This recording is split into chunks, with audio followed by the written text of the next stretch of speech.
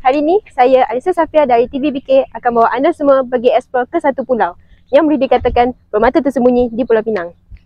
Kalau nak tahu, jom ikut saya. Nak ke sana memang senang. Anda boleh wes sahaja jeti Batu Musang dan menaiki bot di sana. Perjalanan nak ke sana tak lama pun. Tapi sepanjang perjalanan tu, anda dapat enjoy pemandangan yang cantik gila.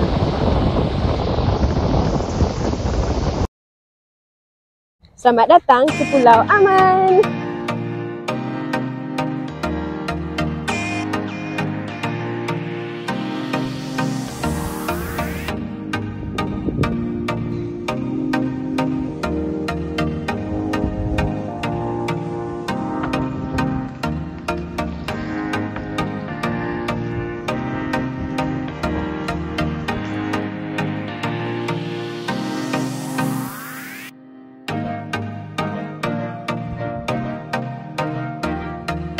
Walaupun pulau ini mempunyai penduduknya sedikit, tetapi terdapat pelbagai kemudahan asas seperti sekolah, dewan serbaguna, klinik desa dan lain-lain.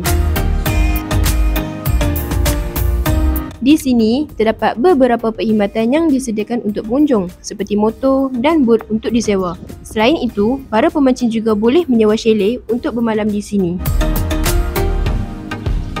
Pulau Aman juga menawarkan aktiviti selain memancing seperti berkayak dan mendaki bukit kecil. Yang nak healing tu, bolehlah datang sini.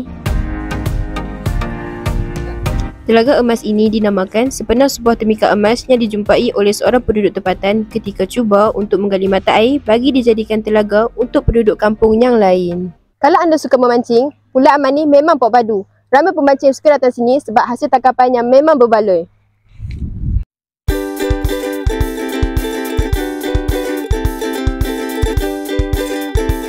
Dekat Pulau Aman ni terdapat banyak pokok sukun dan salah satu pokok sukun di sini merupakan pokok sukun tertua di Malaysia yang ditanam pada tahun 1980.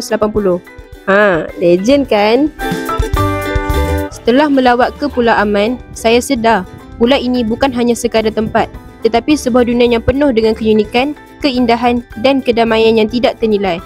Kami meninggalkan Pulau Aman dengan penuh kenangan dan juga dengan tanggungjawab untuk menjaga keindahan ini. Terima kasih kerana sudi bersama saya Alisa Safia hari ini. Sampai jumpa lagi. Bye.